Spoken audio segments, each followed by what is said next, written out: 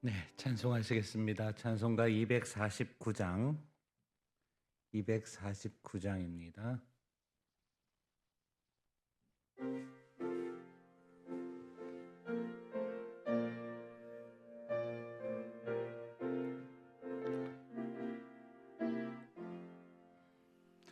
주 사랑하는 자 다 찬송할 때에 그 보좌 앞에 둘러서 그 보좌 앞에 둘러서 큰 영광 돌리세 큰 영광 돌리세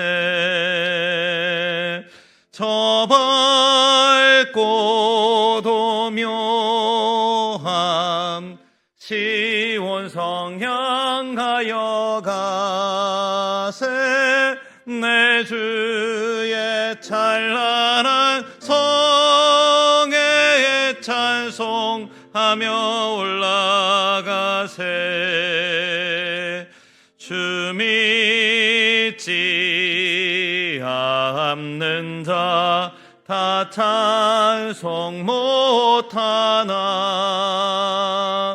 하나님 자녀 됨 자들 하나님 자녀 된 자들 그 기쁨 전하세 그 기쁨 전하세 저 밝고 도묘한 시온성 향하여 가세 내 주의 찬란한 성에 찬송하며 올라가세 저 하늘 황금길 나 올라갈 때에 시온 성 언덕 위에서 시온 성 언덕 위에서 수많은 천사들 날 인도하리라 저 밝고 도묘한 시온성 향하여 가세 내 주의 찬란한 성에 찬송하며 올라가세 내 눈물 다 씻고 다 찬송 부르리 저 임마누엘 주 앞에 저 임마누엘 주 앞에 나 영광 누리리 나 영광 누리리 저 밝고 도묘한 시온성 향하여 가세 내 주의 찬란한 성에 찬송하며 올라가세 286장 찬송하시겠습니다.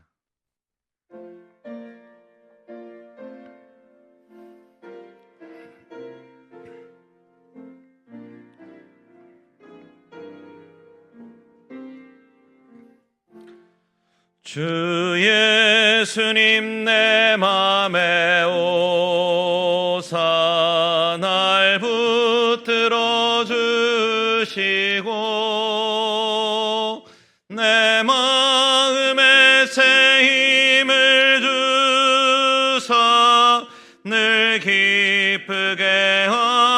하소서. 사랑의 주 사랑의 주 내 맘속에 찾아오사 내 모든 죄 사하시고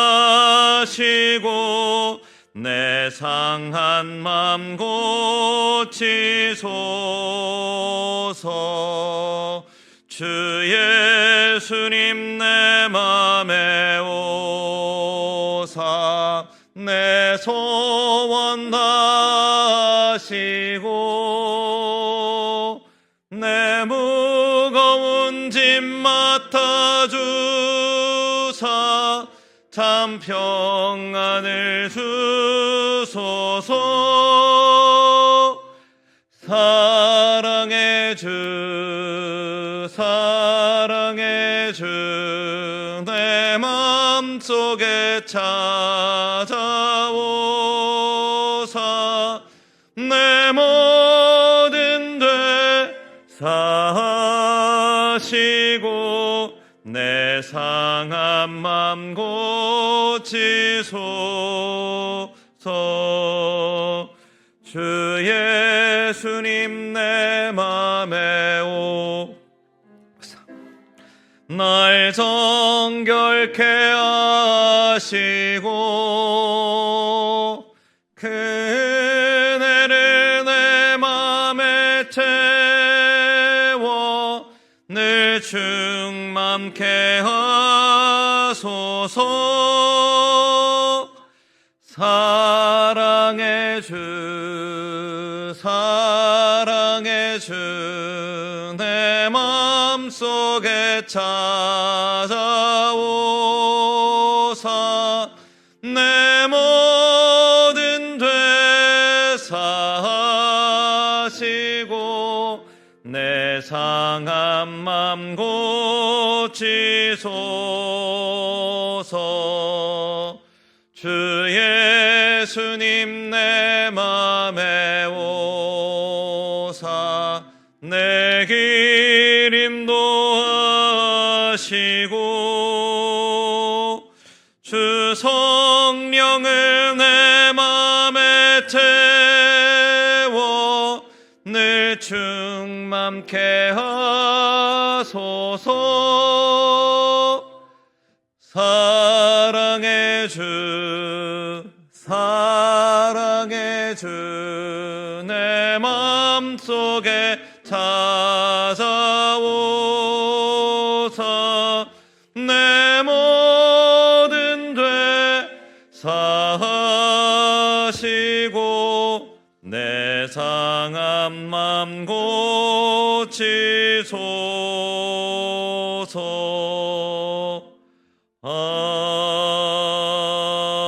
아멘.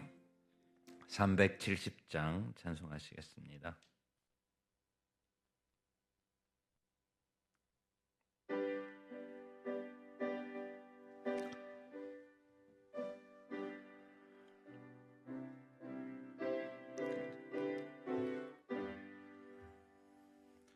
주 안에 있는 나에게 딴 글심이 있으랴.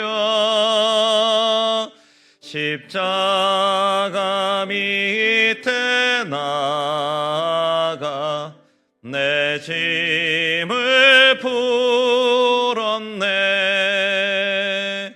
주님을 찬송하면서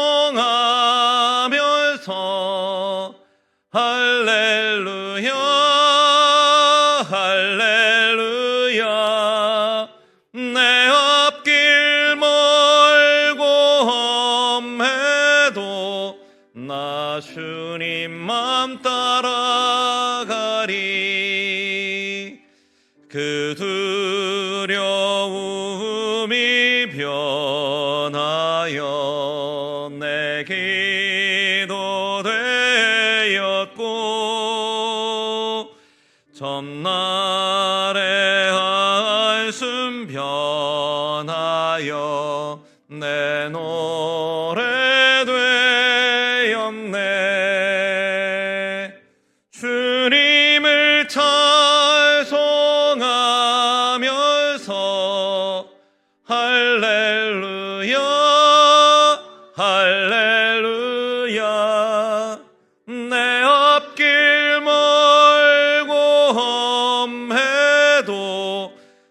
나 주님 맘 따라가리.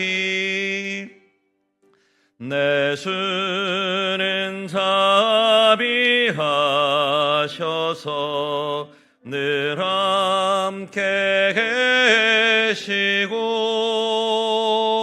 내 궁핍함을 아시고 늘 채워주시네. 주님을 찬송하면서 할렐루야 할렐루야. 내 앞길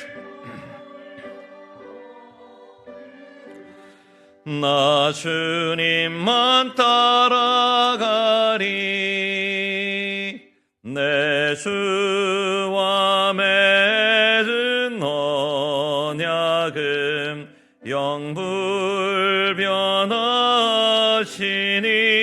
영불변하시니 그 나라 가기까지는 늘 보호하시네. 주님을 찬송하면서 할렐루야 할렐루야. 내 앞길 멀고 험해도 나 주님 맘 따라가리.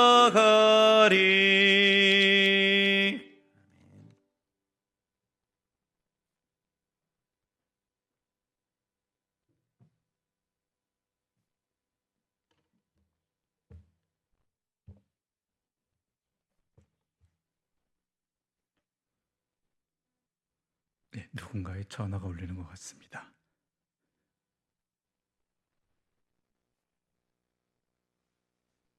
기도하겠습니다. 하나님 아버지 감사합니다. 오늘 주님께서 허락하신 주의 말씀을 더 깊이 읽고 또한 더 자세히 들을 수 있는 은혜의 시간을 허락해 주신 것을 감사합니다. 우리가 간절한 마음으로 이 자리에 나왔사오니 주의 성령께서 우리를 주관하여 주셔서 이 말씀을 사모하는 심령이 또한 주님 기뻐 받으시는 마음이 되게 해주시고 주님께서 우리에게 허락해 주신 말씀을 통해서 우리가 깨달음을 얻고 힘을 얻고 또한 어떻게 살아가야 될지도 주님의 말씀을 통해서 얻게 하여 주시옵소서. 그리하여서 이 말씀으로 인해 똑같은 나날들을 살아가는 우리가 아니라 더 나은 내일들 또한 더 하나님의 사람다운 삶으로 이어지게 하여 주시옵소서. 오늘 이 시간을 처음부터 끝까지 주님께서 주관해 주시기를 간절히 소망하오며 예수님의 이름으로 기도드립니다. 아멘. 계속해서 우리에게 주시는 하나님의 말씀이지요. 누가복음 18장 1절부터 8절까지의 말씀을 받들어 읽겠습니다.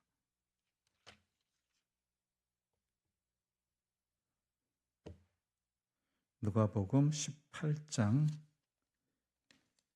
1절부터 8절까지의 말씀입니다.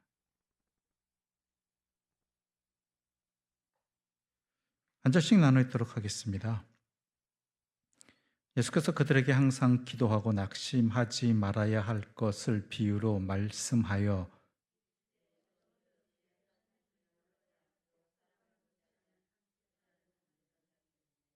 그 도시에 한 과부가 있어 자주 그에게 가서 내 원수에 대한 나의 원한을 풀어주소서 하되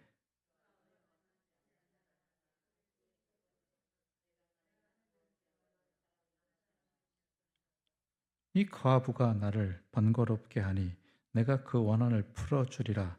그렇지 않으면 늘 와서 나를 괴롭게 하리라 하였느니라. 하물며 하나님께서 그 밤낮 부르짖는 택하신 자들의 원한을 풀어주지 아니하시겠느냐? 그들에게 오래 참으시겠느냐?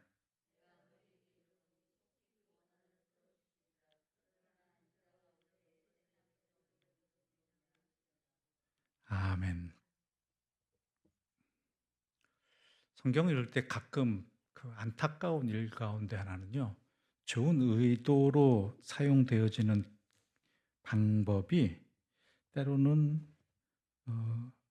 올바로 깨닫지 못하게 하는 장애물이 될 때도 있다라는 것입니다. 물론 많은 좋은 점을 가지고 있지만 안타까운 점 약간이 있는 것이 있지요. 그래서 바로 장과 절이라는 우리가 성경을 읽을 때 사용되어지는 소중한 도구입니다. 원래 성경은 장절이 없었죠. 또 원래 성경의 기록은요, 오래된 것들은 보면은 띄어쓰기도 없습니다. 그냥 글자가 쭉 써져 있는 거예요. 글자들이. 그러다 보니까 읽는 사람이 잘 알아서 끊어 읽어야 되는, 그래서 읽는 것도 성경의 의미를 조금 더 알고 있는 사람들, 성경을 좀 많이 읽어본 사람들이 끊어 읽을 수가 있지요.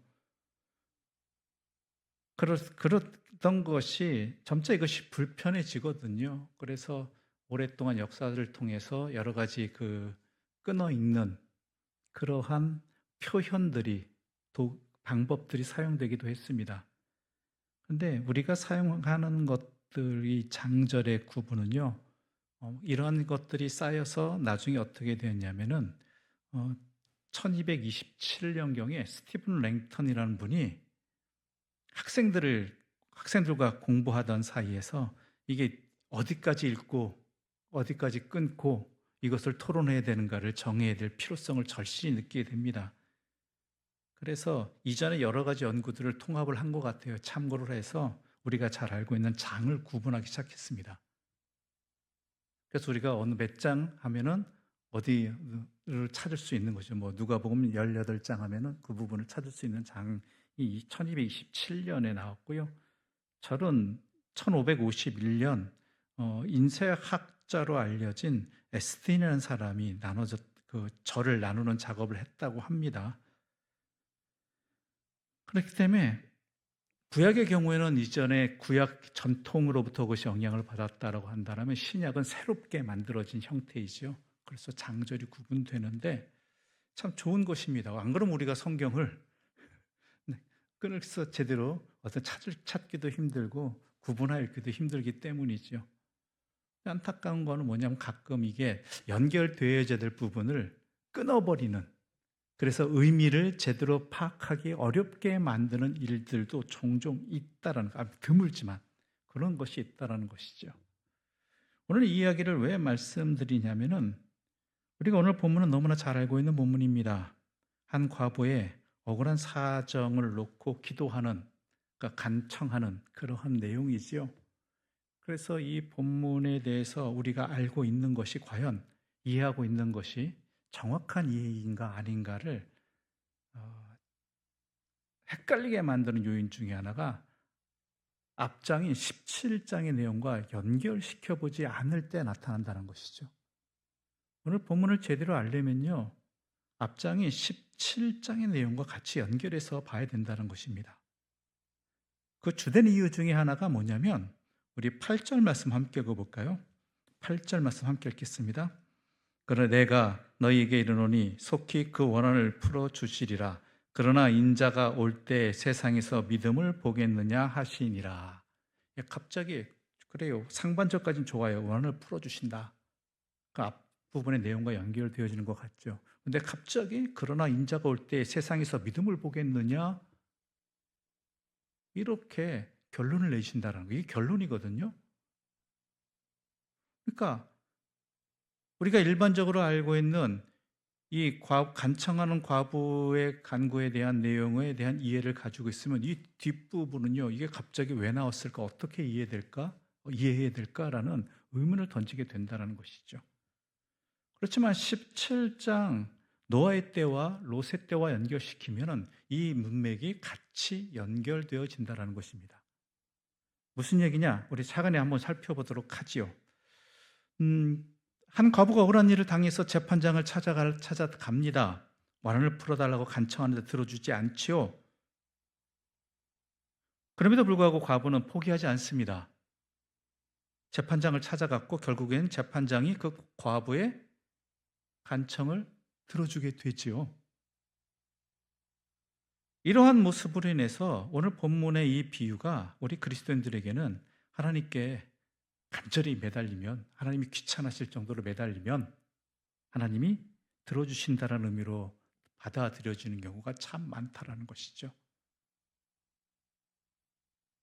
또 이와 비슷한 내용이 누가복음 11장에 나오죠. 우리가 이미 함께 앞에서 살펴보았지만은 그 한밤중에 찾아온 친구 이야기가 나오죠. 찾아와서 어떤 한 사람이 이웃에 사는 친구에게 달려갑니다. 찾아갑니다. 빵 세 덩이만 좀 빌려달라고 이야기합니다. 자기에게 여행 중인 친구가 갑자기 찾아왔는데 자기 집엔 지금 이 밤중에 없다는 거예요. 그러니까 너희 집에 있는 걸 내가 기억하니까 좀 달라. 너희 집에 있는 빵 대접해야 된다. 근데 이 이웃에 사는 친구는 이렇게 말하죠. 이미 문이 잠겼고 온 가족이 함께 잠자리에 누웠기 때문에 구워줄 수 없다고 거절합니다. 이건 의외의 답변입니다. 원래 우리가 계속 누가복음을 살펴봐서 알겠지만은, 아니 성경을 모든 내용을 봐서 아시겠지만 중동 사람들에게 있어서 손님 대접하는 일은요, 그것은 반드시 해야 될 일이거든요. 그 이야기는 내 친구가 손님 대접하기 위해서 나에게 도움을 요청할 때 그것을 거절하는 일은 없어야 된다는 것이죠.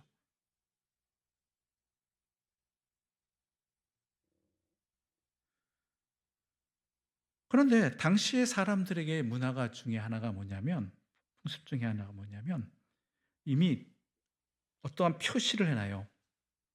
뭐냐면 항상 그 당시 사람들에게는 그 문을 열어놓고 살았다고 합니다. 문을 항상 누구든지 들어올 수 있도록. 근데 문을 닫았다는 이야기는 뭐냐면 침범하지 말아라, 뭐 들어오지 말아라는 굉장히 강력한 의미를 지니고 있다는 것이죠.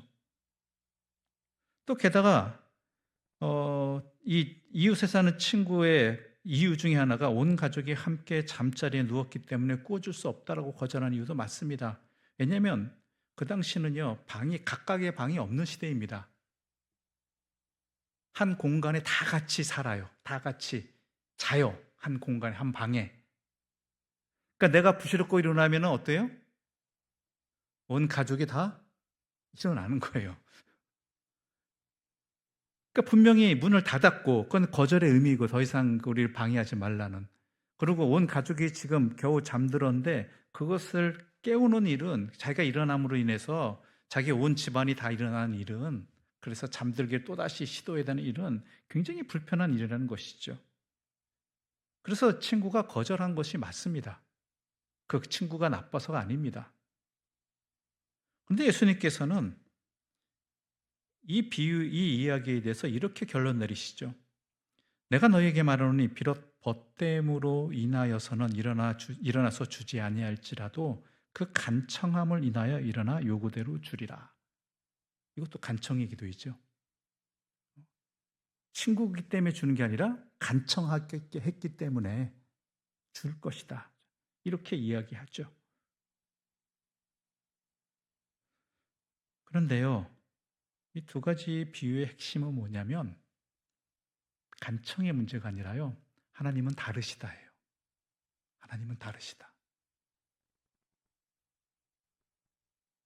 사람은 한밤중에 빵을 달라고 문을 두드리는 그 친구의 요청을 거절하는 걸 당연하게 여기는 세상이에요. 당연하고. 그 친구가 도리어 그 한밤중에 문이 닫혔는데 평소에 문을 열어두는 문을 닫았다는 이야기와 또 온 가족이 잠들었음에도 불구하고 그것을 요청하는 것은요, 그 거절한 친구가 잘못된 게 아니에요. 그건 상식이에요. 도리어 요청한 친구가 잘못된 것이죠. 그런데 하나님은요, 그러한 당연한 친구의 거절 같은 것이 그 당연하다 할지라도 우리 하나님 어떤 분이시다고요? 들어주시는 분이라는 거예요. 거절하는 게 당연함에도 불구하고 들어주시는 분이 우리 하나님이시라는 거죠. 그 하나님을 믿느냐예요. 하나님이 그러신 분인 줄 믿느냐, 그 어떤 상황에도. 그런 이해를 가지고 오늘 본문도 다시 한번 살펴보도록 하겠습니다. 오늘 본문은 이렇게 시작합니다. 1절 말씀 함께 읽어보겠습니다. 1절입니다. 함께 읽겠습니다. 예수께서 그들에게 항상 기도하고 낙심하지 말아야 할 것을 비유로 말씀하여. 오늘 본문의 비유의 핵심은요, 낙심하지 말아야 된다는 거예요. 항상 기도한다는 게 아니라, 물론 그것도 중요하지만 낙심하지 말아야 된다는 거예요. 낙심하지 마라.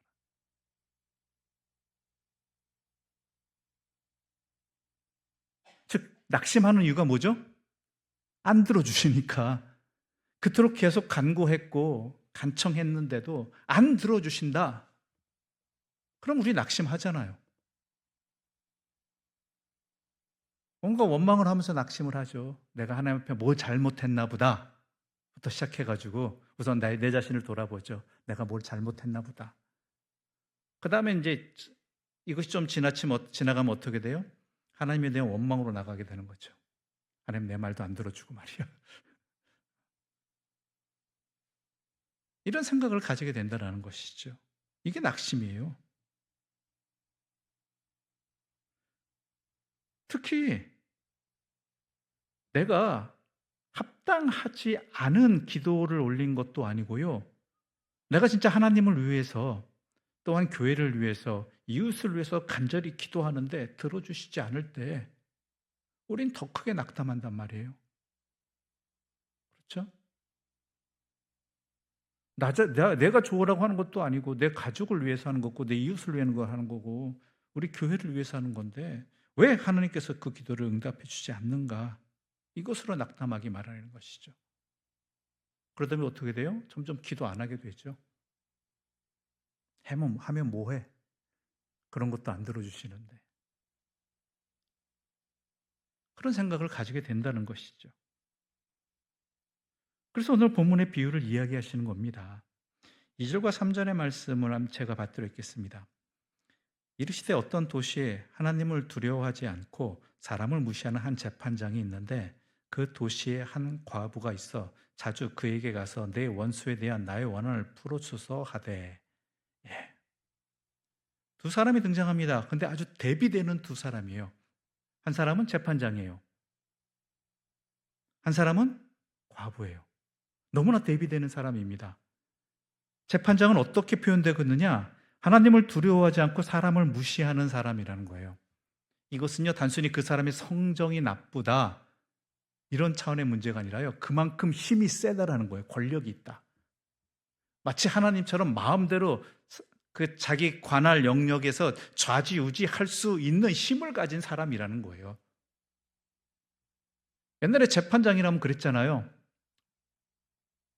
지금도 그런지 그렇겠지만 예전엔 더 했던 것들이 어느 직분에 있는 사람, 관리, 검사라든가 이런 사람들이 있으면은 그 사람들은 말 그대로 천하무적이잖아요.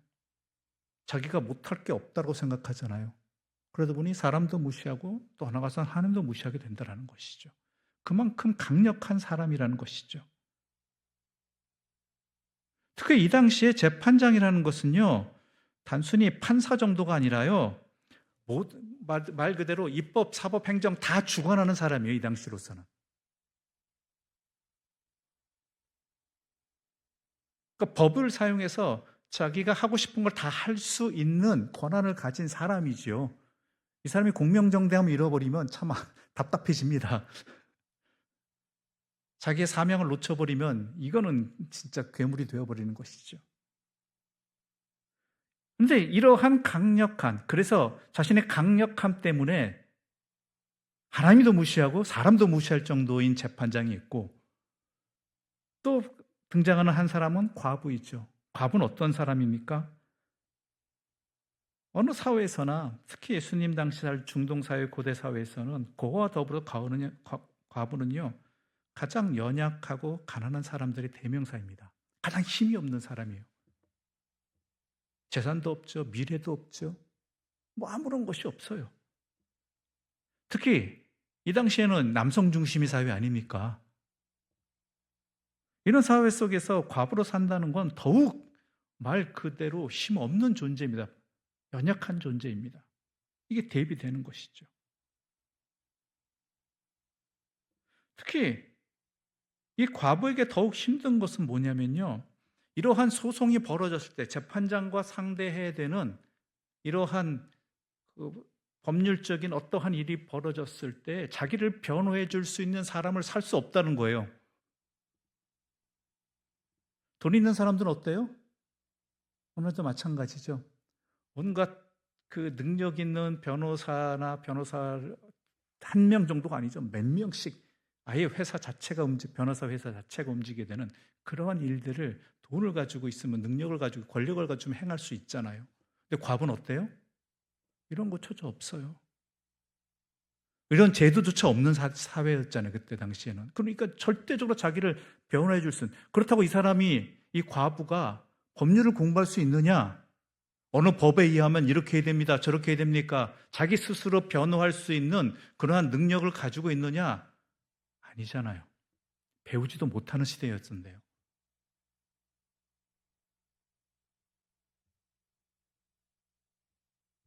예전에 어르신들, 특히 여자분들에게 있어서는 초등학교 가는 것조차 힘든 시대였을 때도 있었습니다. 이 땅에 기독교가 교회가요, 여성분들이 많이 모여서 신앙생활하게 된 요인 중에 하나가 글을 가르쳐 줬어요. 성경을 통해서. 기독교는 성경을 읽어야 되잖아요. 그렇죠? 그렇다 보니까 글을 못 읽으니까 글을 배울 수도 없는 분들을 모아서 글을 가르쳐 줬단 말이에요. 그 덕분에 자기 이름을 쓸 수 있게 되고 성경을 읽을 수 있게 되고 성경을 읽다 보니까 사회를 보게 되고 자기의 삶을 살게 되는 이런 일들이 이어지게 됐다는 것이죠. 그래서 기독교가 참 많은 대한민국에서 특히 여성분들에게 많은 그 영향력, 선한 일들을 향한 것 중에 하나가 대표적인 게 이것이죠. 근데 이 당시는 아니잖아요. 글도 안 가르쳐 주죠. 여자가 뭘 배우느냐가 텐데요. 법률을 공부할 수 있겠습니까? 자기 변호를 할 수 있겠습니까? 그러니까 이러한 재판이 걸리게 되면은 말 그대로 당할 수밖에 없는 존재예요. 그 재판장들은 또 어때요? 귀찮은 존재예요. 돈이 되는 것도 아니거든. 이 사람 편들어서.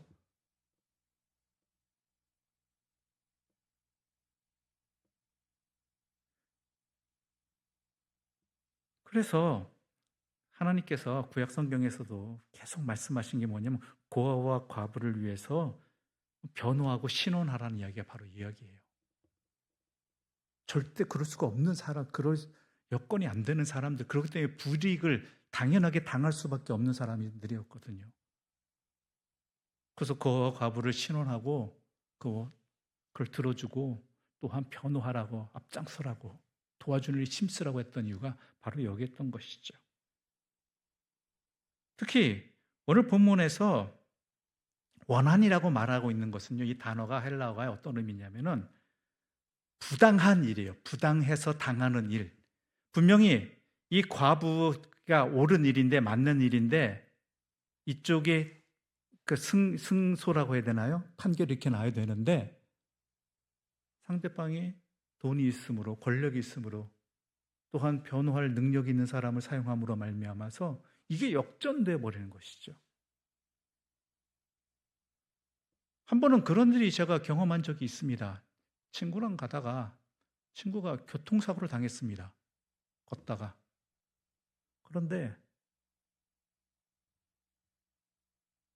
경찰이 오더니 이상하게 얘기하는 거예요.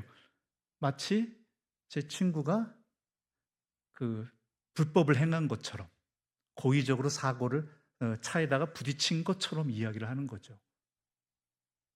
이게 얼마나 억울한 일이에요. 그런데 다행히도 뭐냐면 이게 다행인지 아닌지는 모르겠습니다. 제 친구의 아버님의 아는 분이 친하게 지내는 분이 경찰이었던 거죠 또. 그러다 보니까 어떻게 되겠습니까? 지금은 요즘은 사회는 안 그럴 수도 있겠지만 예전에는 그런 일이 있었죠. 이게 입장이 180도 바뀌어버리는 거예요.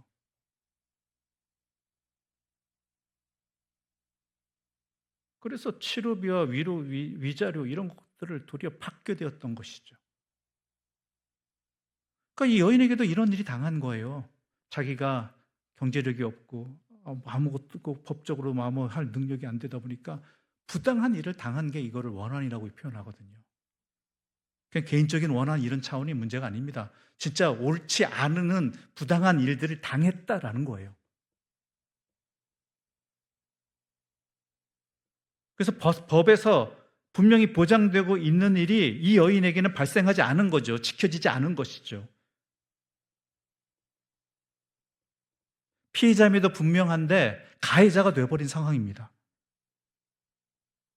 그러니까 이 여인에게는 더 힘든 일이죠. 혼자 과부로 살아가는 것도 힘든데 이제는 법으로도 어떻게 돼요? 보장을 받지 못하는 게 아니라 도리어 손해를 입게 되는, 억울하게 가해자가 되어버린 이 상황. 그러니까 이 여인이 할 수 있는 게 뭐예요?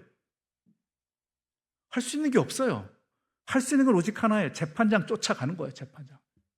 다시 한번 봐달라고, 다시 한번 해달라고.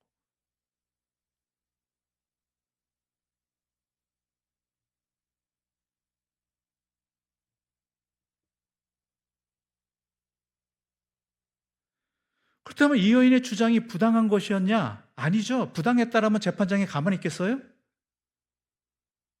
그렇죠? 부당한 주장이라면은요, 도리어 더 가중 처벌해서 처벌했을 거예요. 근데 아무 말 안 하잖아. 아무 말. 이 여인이 억울한 게 맞다라는 거예요. 이 여인이. 그래서 예수님께서 이렇게 말하시죠. 6절의 말씀 제가 받들었겠습니다. 6절입니다. 함께 6절을 제가 받들었겠습니다. 주께서 또 이르시되 불의한 재판장이 말한 것을 들으라. 이 재판장이 불의하다는 거예요. 불의하다. 여인이 주장이 틀리지 않았다는 거죠. 맞다라는 것이죠.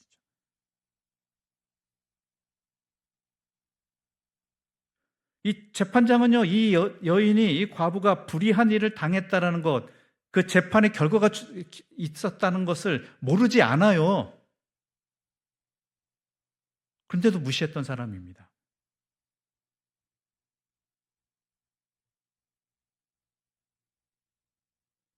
아무런 자기에게 이득이 없거든요. 도리어 손해가 될 수 있거든요. 솔직한 말로 이 부당한 판결을 위해서 부당한 이익을 취했을 수도 있잖아요. 그렇죠?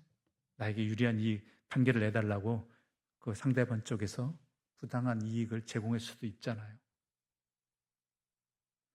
그러니까 과부가 재판장을 찾아갔는데 안 듣죠. 그러니까 이 과부로서는 얼마나 답답하겠습니까? 이 과부로서는 얼마나 답답해요. 의지할 건 그거 하나밖에 없는데, 이 재판장이 다시 한번 돌이켜봐 주기를 바라는 이거밖에 없는데 계속 찾아가는데 안 들어주는 거지. 계속 강청하는 거죠. 계속.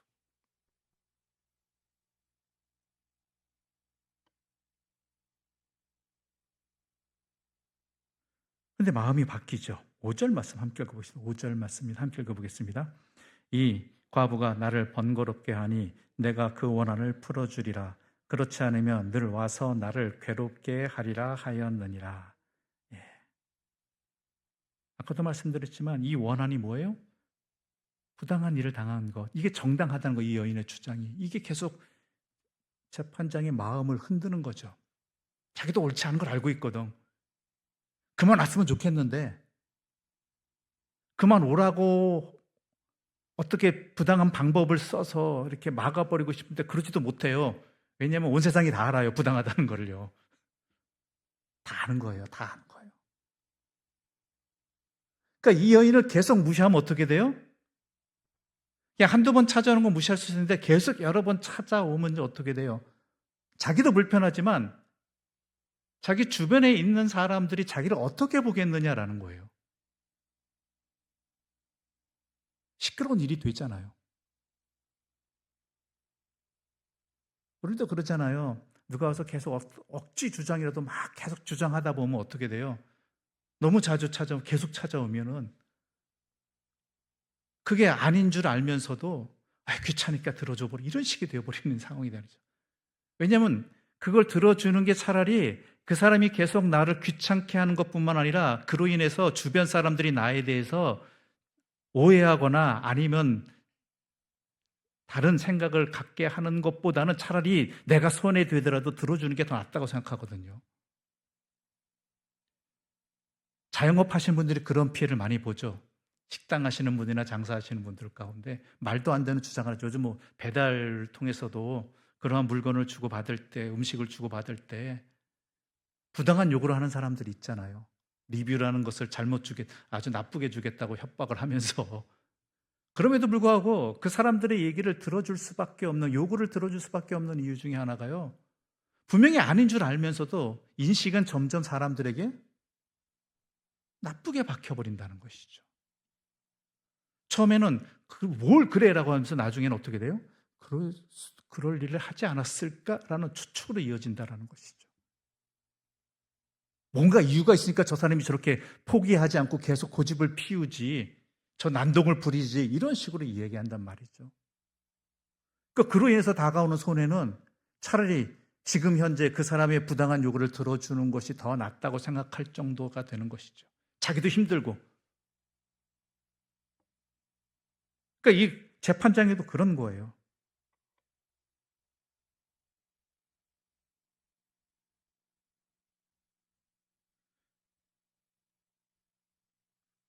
그러면서 예수님께서 이야기하시는 게 그거죠.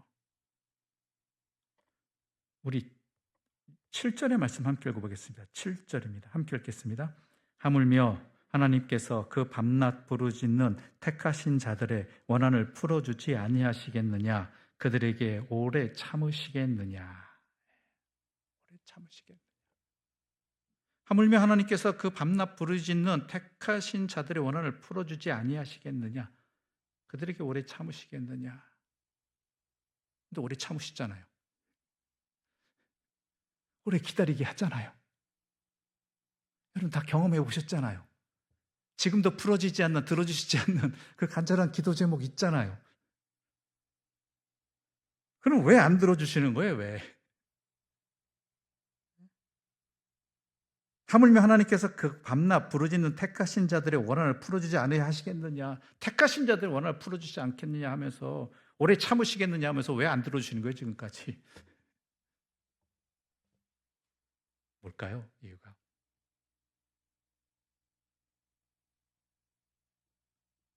하나님은 다르시다고 이야기하는데요. 그렇다면 왜 안 들어주시는가라는 것. 내가 분명히 우리가 아까도 처음에 얘기했지만 부당한 기도 제목을 요청한 것도 아니고 진짜 믿음의 기도 제목을 요청했는데 왜 안 들어주시는 걸까라는 것이고, 하나님이 나를 이토록 사랑하신다고 하면서 왜 안 들어주시는 걸까라는 건데, 오늘 본문에서 뭐라고 해요? 원한을 풀어주시지 않겠느냐? 오래 참으시겠느냐? 근데 우리의 심령은 오래 참으시더군요. 안 들어주시더군요. 이게 되는 거예요.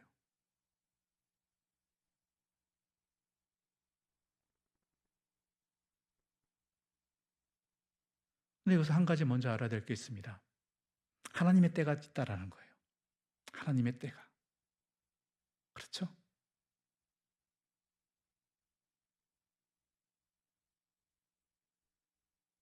하나님의 때가 있다라는 것. 우리가 생각하는 때가 있고 우리가 생각하기에 오래일지 모르겠지만 하나님께는요, 가장 적절한 때가 있다라는 것이죠. 우리는 이 땅에서 내가 살아있는 동안 거두기를 원할 수 있겠지만요, 하나님은 영원하신 분 아니에요. 내가 이 세상을 떠난다 할지라도요, 하나님께서 이루시는 일이 반드시 이루어진다는 것이죠.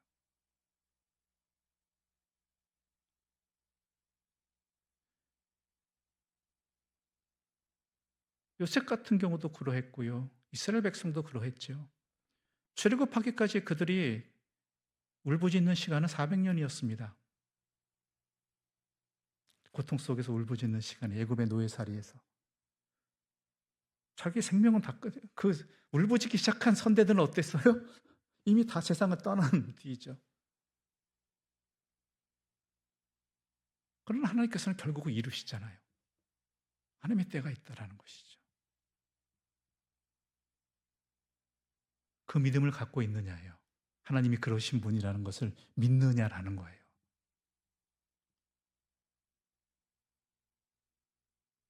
아까 노아의 때도 17장에 노아의 때라는 이야기를 했습니다. 노아가 방주를 한두 해 졌겠습니까? 굉장히 오랫동안 짓거든요. 말 그대로 비도 안 오는 그러한 땅에서, 홍수라는 기미도 안 보이는 때에서 온갖 비난과 멸시를 당하는 노아의 심정이 어떻겠습니까? 그럼에도 불구하고 노아는요, 끝까지 방주를 졌다라는 것이죠. 방주를 져놨다고 금방 비가 온 것도 아니죠. 그런 가운데 그는 하나님을 믿었기 때문입니다. 하나님을 믿었기 때문에.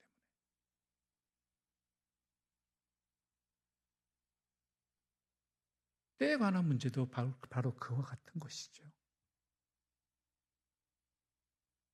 우리의 생각의 때와 하나님의 때는 다르긴 합니다. 같이 될 때도 있고요.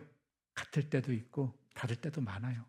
그러나 말 그대로 하나님께서 들으시는 하나님께 합당한 기도는요, 하나님께서 반드시 이루신다라는 것.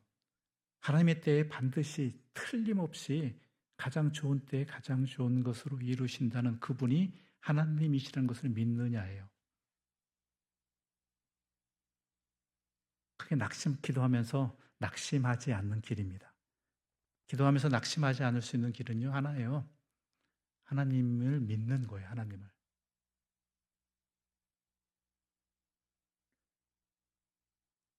또 하나가 그러죠. 우리 사도 바울을 이야기합니다. 사도 바울이 간절히 기도한 것이 하나 있죠. 뭔지 혹시 기억나십니까? 몸에 가시예요. 몸에 가시. 그게 얼마나 진짜 그에게 오죽하면요, 사탄의 가시라고 사탄의 사자라고 이야기할 정도거든요. 학자들의 추측에 의하면 그게 간질병이 아니었을까라고 추측을 합니다. 간질병. 간질병이 언제 발생할지 모르는 일이거든요. 특히 저처럼 이렇게 앞에서 하나님의 말씀을 전하다가도 찬송하다가도 뒤집어질 수 있는 일이에요. 간질이 발생할 수도 있는. 이것이 하나님께 주신 사명을 감당하는 사람에게 있어서 얼마나 큰 시험거리겠습니까? 본인도 힘들지만요, 어때요? 함께 말씀을 듣던 사람들도 바울이 갑자기 간질 증세를 나타낸다? 그 다음에 시험 드는 거예요. 어느 날 갑자기 생각나면서 어떻게 해요? 바울이 진짜 하나님 사람 맞아? 하나님께서 왜 저렇게 치시는 거지? 왜 안 고쳐주시는 거지? 이런 식이 될 수 있으면 그의 모든 사역은 그냥 다 무너져 버리는 거예요. 어느 순간에. 그런데요, 뭐예요? 하나님께서는요, 그가 간절히 3번 기도했다는 얘기가 3번만 기도했다는 얘기라 진짜 그 성경의 숫자적 의미를 알잖아요. 너무나 간절히 기도했다는 것이죠. 근데 하나님께서 뭐라고 답변하세요? 내 은혜가 내게 족하다. 나에겐 간질이라는 이 사단의 가시와 같은 육체적인 어려움 또한 우리 각자에겐 또 다른 어려움들이 있겠죠. 이런 것이랄지라도 하나님께서 그것을 하나님께서 은혜의 수단으로 삼으신다는 것을 믿느냐라는 거예요. 하나님 그렇게 말씀하시면 모든 게 다 그렇다는 얘기는 아니에요. 하나님이 그것을 차라리 하나님 내 은혜가 이것이 너의 은혜다. 이것 덕분에 내 은혜가 지켜진다. 네가 하나님의 사람으로 살아간다. 이 어려움 때문에 그렇다면 여기에 대해서 하나님이 말씀하신 것이 하나님이 사용하신다 그러니까 아멘으로 응답할 수 있느냐, 하나님을 믿느냐라는 것이죠. 내게는 불편한 것이고 또 더 나아가서는 하나님의 일에 장애가 되는 일이라고 생각하는데 하나님이 아니라고 하시면 거기에 대해서 하나님이 말씀하셨으니까 아멘으로 나갈 수 있느냐. 그 장애를 치고 어려움을 치고 주님의 일을 끝까지 주님께서 말씀하신 일을 끝까지 감당해 나갈 수 있겠느냐, 지켜나갈 수 있겠느냐. 이 주님을 신뢰하는 믿음으로 살아갈 수 있겠느냐라는 것이죠. 기도는요, 하나님을 향한 신뢰 없이는요, 소용없습니다. 소용없다는 표현은 너무 심한 표현일 수도 있겠지만요. 그러나 그 하나님을 향한 신뢰 없이는요, 기도도 시험거리가 될 수도 있어요. 안 그럴 때도 있겠지만 그럴 수도 있다는 것이. 내가 이렇게 기도했는데 왜 안 들어주시는 거지? 왜 내가 기도한 내용과 다르게 말씀하시지? 내가 원하는 것과.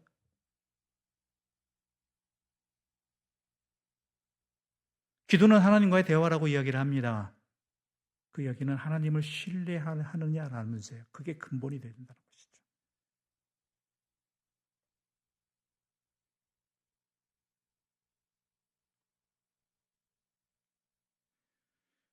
그래서 이렇게 말씀하시는 거예요. 7절과 8절의 말씀 우리 다시 한번 읽어보겠습니다. 7절과 8절 말씀입니다. 함께 읽어보겠습니다. 하물며 하나님께 그 밤낮 부르짖는 택하신 자들의 원한을 풀어주지 아니하시겠느냐? 그들에게 오래 참으시겠느냐? 내가 너희에게 이르노니 속히 그 원한을 풀어주시리라. 그러나 인자가 올 때 세상에서 믿음을 보겠느냐 하시니라. 주님이 다시 오셨을 때 하나님을 향한 믿음을 가지고 항상 기도하면서 하나님께서 또한 이루심을 믿고 하나님께서 오르심을 믿고 하나님을 신뢰하는 그 믿음의 자리를 지키는 사람이 과연 얼마나 되겠느냐라는 것이죠.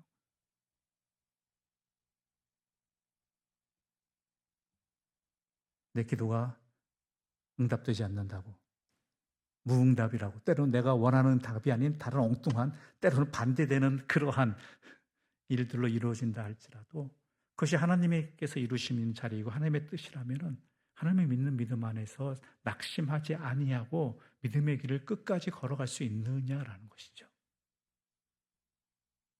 기도의 자리를 놓치지 않을 수 있겠느냐라는 것이죠.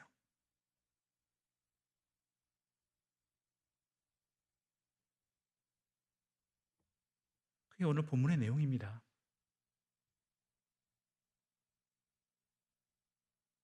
그러니까 이 내용이 앞장하고 연결될 수밖에 없는, 앞장도 뭐예요?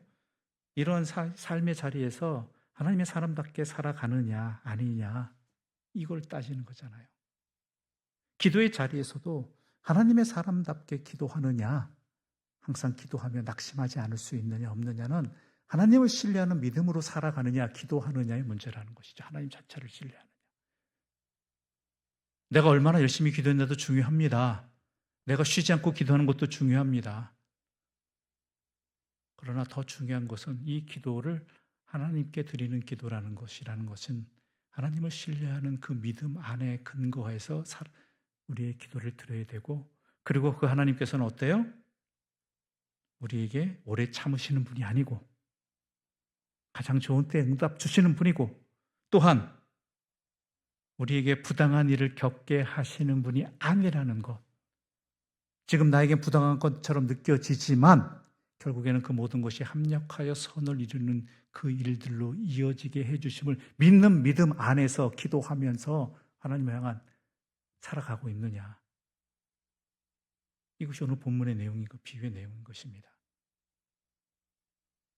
물론 간청을 해야죠. 우리는 간청할 수밖에 없는 사람들이죠. 때로는 땡깡도 부리게 됩니다. 그런데 그 땡깡이나 간청이라 할지라도요, 하나님을 믿는 믿음 안에서 하나님 그 자체를 신뢰하는 그 믿음 안에서 우리의 모든 삶의 자리를 나아가기를 바랍니다. 왜냐하면 우리는 하나님의 자녀이기 때문입니다.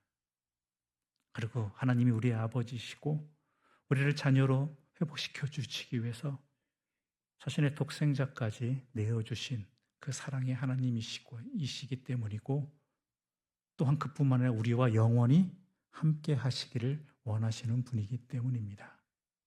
그분이 우리의 아버지이십니다. 그 하나님을 믿는 믿음으로 항상 기도하되 낙심하지 말라는 주님이 가장 선하게 이루심을 믿는 믿음 안에서 우리의 삶을 살아갈 수 있는 주님의 사람들 되시기를 간절히 소망합니다. 기도드리겠습니다. 하나님 아버지 감사합니다. 하나님이 우리의 아버지 되십니다. 하나님 여호와께서 나의 힘이십니다. 내가 오직 의지할 이이십니다. 왜냐하면 하나님이시기 때문입니다. 그러므로 우리가 낙심하지 말게 하여 주시옵소서. 우리의 기도가 통하지 않는다듯 생각할지라도, 또한 우리의 억울함이 해결되지 않는다 생각될지라도, 내 생각과는 다른 결과물들이 주어지고 들어주지 않는다 할지라도 하나님께서 우리의 아버지심으로 나에게 가장 좋은 것으로 좋은 때에 응답해 주시는 분이라는 것을 믿는 믿음으로 항상 기도하고 항상 살아가는 주님의 삶들 되게 하여 주시옵소서. 그래서 우리에게 주어진 삶의 자리에서 항상 주를 바라보며 담대히 살아가게 해주시고, 또한 굳건하게 살아감을 통해서 하나님의 영광을 드러내기를 놓치지 아니하는 믿음의 사람들 되게 하여 주시옵소서. 예수님의 이름으로 기도드립니다. 아멘. 하늘에 계신 우리 아버지, 아버지의 이름을 거룩하게 하시며 아버지의 나라가 오게 하시며 아버지의 뜻이 하늘에서와 같이 땅에서도 이루어지게 하소서. 오늘 우리에게 일용할 양식을 주시고 우리가 우리에게 잘못한 사람을 용서하여 준 것 같이 우리 죄를 용서하여 주시고 우리를 시험에 빠지지 않게 하시고 악에서 구하소서. 나라와 권능과 영광이 영원히 아버지의 것입니다. 아멘.